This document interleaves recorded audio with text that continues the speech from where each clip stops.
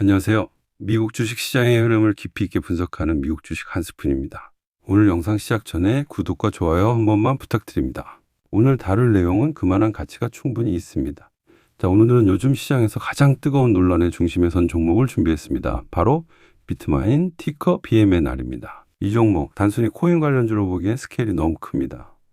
최근 며칠간 무려 20만 개가 넘는 이더리움을 추가 매수하면서 전체 이더리움 공급량의 2.5%를 보유하게 된 회사입니다. 이 영상 끝까지 보시면 비트마인이 정확히 무엇을 하는 회사인지, 그리고 왜 월스트리트가 주목하는지, 리스크와 기회가 동시에 폭발하는 구조가 어떻게 만들어졌는지 한눈에 보이실 겁니다. 지금부터 하나씩 풀어드리겠습니다. 먼저 가장 중요한 질문부터 답해드리겠습니다. 비트마인 대체 뭐 하는 회사일까요? 비트마인 이머전 테크놀로지스는 블록체인 기술 기업으로 비트코인과 이더리움 같은 디지털 자산 채굴, 장비 판매, 호스팅 운영을 수행하는 회사입니다. 원래 이 회사는 2019년에 설립된 비트코인 채굴 기업이었습니다. 텍사스 트리니다드처럼 전력비가 낮은 지역에 데이터 센터를 구축해서 비트코인을 채굴하고 다른 회사들의 채굴 장비를 호스팅해 주는 게 주사업이었죠. 그런데 2025년 들어서 이 회사가 완전히 다른 회사로 탈바꿈합니다. 비트코인에서 이더리움으로 채굴해서 자산 보유로 비즈니스 모델을 180도 전환한 겁니다. 지금 비트마인은 더 이상 채굴 회사가 아닙니다. 이더리움을 사모으는 회사입니다. 비트마인은 DAT, 즉 디지털 에셋 트랜스포메이션 전략을 채택했습니다. 이는 비트코인 채굴로 번 돈과 자본 조달을 통해 이더리움을 대량으로 매입하고 장기 보유하는 전략입니다. 쉽게 말하면 디지털 금융 자산의 은행이 되겠다는 겁니다. 그리고 이 전략의 핵심 인물이 바로 펀드스트릿의 공동 창업자이자 월스트리트의 전설적인 애널리스트 톰 리입니다. 그가 비트마인의 회장으로 취임하면서 회사 전체가 급속도로 변화했습니다. 자, 그럼 왜 하필 이더리움일까요? 비트코인이 아니라? 톰 리의 논리는 명확합니다. 그는 이더리움은 향후 10년에서 15년 동안 가장 큰 매크로 트레이드 중 하나가 될 것이라며 월스트리트와 AI가 블록체인으로 이동하면서 금융 시스템의 대전환이 일어날 것이고 그 대부분이 이더리움에서 일어날 것이라고 전망했습니다.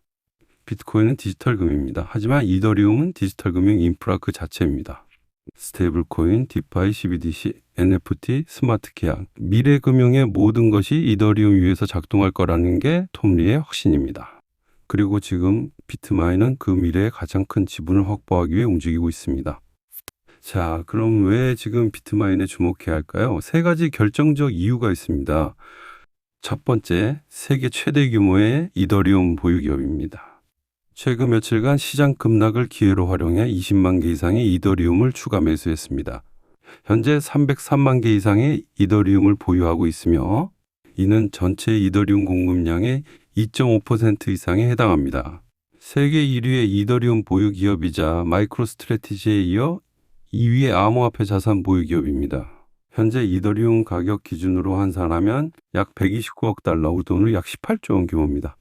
두 번째, 마이크로스트래티지의 이더리움 버전입니다. 마이크로스트래티지가 비트코인으로 한 일을 비트마인은 이더리움으로 하고 있습니다. 차이가 있다면 이더리움은 단순히 보유만 하는 게 아니라 스테이킹을 통해 수익을 창출할 수 있다는 점입니다. 이더리움 스테이킹을 통해 연 3%에서 5%의 안정적인 수익을 받을 수 있습니다. 만약 303만 개의 이더리움을 연 4%로 스테이킹하면 이더리움 가격 4,000달러 기준으로 연간 약 5억 달러의 수익이 자동으로 발생합니다.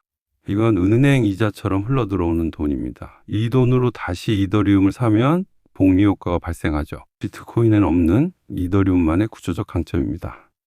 세 번째, 톰 리가 예측하는 이더리움 슈퍼사이클이 시작되고 있습니다. 톰 리는 지니어스 액트와 SEC의 프로젝트 크립토가 1971년 브레튼 우즈 체제 종료만큼 금융 서비스에 혁신적인 영향을 미칠 것이라고 전망했습니다. 그는 2025년 말 이더리움 목표가를 $10,000에서 $12,000로 제시했습니다. 만약 이더리움이 $10,000가 된다면 비트마인이 보유한 303만 개는 300억 달러, 우리 돈으로 약 42조 원이 됩니다. 현재 시가총액이 약 98억 달러인 회사의 자산 가치가 300억 달러가 되는 겁니다. 이게 바로 비트마인에 주목해야 하는 이유입니다. 비트마인은 오늘 기준 약 54달러에 거래되고 있으며 52주 범위는 1.9달러에서 161달러입니다. 올해만 무려 17,000% 이상 급등했죠. 그런데 최근 50달러에서 60달러 사이를 오르내리며 극단적인 변동성을 보이고 있습니다. 9월 이후 두 차례 급등과 급락이 이어졌는데요. 그 중심에는 두 가지가 있었습니다. 첫째, 9월에 약 522만 주를 주당 70달러에 판매하는 직접 공모를 발표했으며 이는 약 3억 6,500만 달러 규모였습니다. 시장에서는 이를 공급 폭탄으로 받아들였죠. 둘째, 10월 8일 유명 공매도 펀드인 캐리스데일 캐피털이 비트마인에 대한 공매도 포지션을 발표하며 회사의 비즈니스 모델을 멸종 직전의 유물이라고 비판했습니다. 지난 3개월간 100억 달러 이상의 신주를 발행했다며 과도한 희석을 지적했죠. 하지만 여기서 재밌는 건 캐시우드의 ARK 펀드, 피터 틸의 파운더스 펀드, 빌 밀러 서드, 판테라, 크라켄, DCG, 갤럭시 디지털 등 프리미어급 기관 투자자들이 이 하락 구간에서 오히려 매수를 이어가고 있다는 겁니다. 즉 리스크를 기회로 본 세력들이 여전히 움직이고 있다는 거죠. 자, 이제 비트마인의 핵심 전략을 설명드리겠습니다. 톰 리 회장이 말하는 이더리움 5% 연금술입니다. 현재 이더리움의 총 공급량은 약 1억 2천만 개에서 1억 3천만 개 수준입니다. 이 중 5%는 대략 600만 개에서 650만 개죠. 비트마인은 이미 303만 개를 보유하고 있으니 목표의 절반을 달성한 겁니다. 왜 연금술이라고 부를까요? 연금술은 원래 평범한 금속을 금으로 바꾸는 기술을 의미합니다. 톰 리는 비트마인의 대규모 매입 행위 자체가 보유 자산의 가치를 증폭시키는 촉매제가 될 것이라고 보고 있습니다. 첫째, 공급 충격 효과입니다. 시장에 유통되는 이더리움의 5%를 장기 보유하면 거래 가능한 공급량이 인위적으로 줄어듭니다. 가격은 수요와 공급의 법칙으로 결정되는데 공급이 5%나 사라지는 거죠. 수요가 유지되거나 증가하는 상황에서 희소성이 높아지면 가격은 자연스럽게 상승할 수밖에 없습니다. 그리고 가격이 오르면 비트마인이 보유한 자산의 가치도 상승하는 선순환 구조가 만들어집니다. 둘째, 스테이킹 수익입니다. 이더리움 스테이킹을 통해 연 3%에서 5%의 안정적인 수익을 창출할 수 있습니다. 만약 목표대로 600만 개를 보유하게 되면 이더리움 가격을 4,000달러로 가정했을 때도 연간 10억 달러 이상의 스테이킹 수익이 발생합니다. 이더리움 가격이 더 올라가면 이 금액은 더 커집니다. 이 수익으로 다시 이더리움을 매수하면 마이크로 스트래티지처럼 우선주나 부채를 발행하지 않아도 자산을 지속적으로 불려나갈 수 있습니다. 셋째, 네트워크 영향력입니다.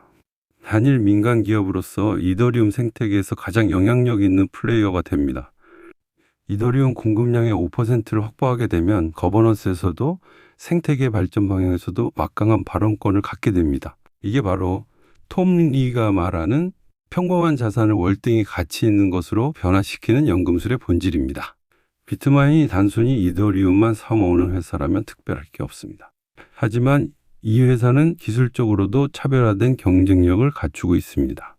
첫째, 액침 냉각 이머전 쿨링 기술입니다. 비트마인은 채굴 장비를 특수 액체에 담가 냉각하는 액침 냉각 기술을 사용합니다. 이 기술로 전력 소모를 최대 40% 줄이고 채굴 효율은 25%에서 40%까지 높일 수 있습니다. 이는 ESG 친화적이며 AI 데이터 센터로의 전환도 가능한 기술입니다. 둘째, 저비용 전력 인프라입니다. 전력비가 낮은 텍사스, 트리니다드의 데이터 센터를 구축해 운영 효율을 극대화했습니다. 셋째, 거래 유동성입니다. 비트마인은 하루 평균 35억 달러의 거래량을 기록하며 미국 주식 중 22위를 차지하고 있습니다. 코인베이스보다 한 단계 위, 유나이티드 헬스보다 한 단계 아래죠. 이 정도 유동성이면 기관 투자자들이 대량으로 매수하고 매도하는데 전혀 문제가 없습니다. 이 세 가지가 결합되면 비트마인은 단순히 코인 가격에 의존하는 회사가 아니라 인프라를 지배하는 금융공학 기업으로 진화하는 겁니다. 모든 게 이더리움 가격에 달려있다는 점입니다. 이더리움이 급락하면 비트마인의 자산 가치도 즉시 하락합니다. 실제로 최근 미중 관세 이슈로 이더리움은 4,500달러에서 3,500달러까지 급락했다가 4,100달러로 반등했습니다. 캐리스데일 캐피털은 지난 3개월간 100억 달러 이상의 신주를 발행했으며 이는 하루 평균 약 1억 7천만 달러에 해당한다고 지적했습니다. 공모로 인한 지분 희석과 PB 3,410배라는 고평가 논란도 부담입니다. 케이스데일은 또한 비트마인의 순자산 대비 프리미엄이 8월 2배에서 10월 약 1.2배로 급격히 하락했다고 분석했습니다. 케이스데일은 톰리는 마이클 세일러와 같은 컬트적 매력이 부족하다며 비트마인은 희소성, 카리스마, 혁신 중 어느 것도 제공하지 못하고 있다고 비판했습니다. 게다가 신주 물량이 완전히 소화되기 전까지는 단기 변동성이 반복될 가능성이 높습니다. 결국 비트마인은 고위험 고수익 구조를 스스로 만든 회사입니다. 비트마인의 차트는 지금 매우 흥미로운 국면에 있습니다. 지난 7월 폭발적 급등과 급락 이후 에너지를 응축하는 강세 조정 국면에 있습니다. 위쪽 저항선은 거의 수평이고 아래쪽 지지선은 200일 이평선을 타고 꾸준히 우상향하고 있습니다. 이런 패턴을 상승형 삼각 수렴이라고 부릅니다. 그리고 지금 막바지에 다다르고 있죠. 특히 20일, 50일, 200일 이동평균선 3개가 모이고 있고 거래량도 줄고 있습니다. 모든 기술적 지표는 조만간 급등하거나 급락할 가능성이 높다고 말하고 있습니다. 그 상승 삼각형의 특징이 뭐냐면 통계적으로 만나는 지점에서 위로 돌파할 확률이 약 70%에 가깝다는 겁니다. 핵심 관전 포인트는 두 가지입니다. 70달러 저항선을 돌파하는가 아니면 51달러 지지선 200일선이 무너지는가. 하지만 더 중요한 건 이더리움입니다. 이더리움은 현재 4,250달러 근처에서 21선, 51선 그리고 수평 저항선이 모두 겹쳐 있습니다. 여기서 위로 갈 것인가 아래로 떨어질 것인가가 비트마인의 운명을 결정할 겁니다. 앞으로 며칠이 매우 중요한 기로입니다. 비트마인의 경쟁자는 마이크로스트래티지입니다. 마이크로스트래티지는 64만 개의 비트코인을 보유한 비트코인 중심 기업이고 비트마인은 303만 이더리움을 보유한 이더리움 중심 기업입니다. 방향이 완전히 다릅니다. 마이크로스트래티지는 비트코인의 레버리지를 거는 회사이고 비트마인은 이더리움의 금융화와 슈퍼사이클을 노리는 회사죠. 비트마인은 비트코인 1세대의 뒤를 잇는 2세대 자산 기업이라 할 수 있습니다.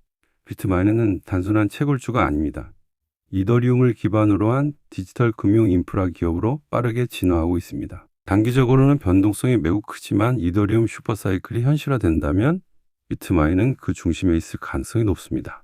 톰 리는 변동성은 딜레버리징을 만들고 이는 자산이 펀더멘털 대비 큰 할인가에 거래되게 만든다.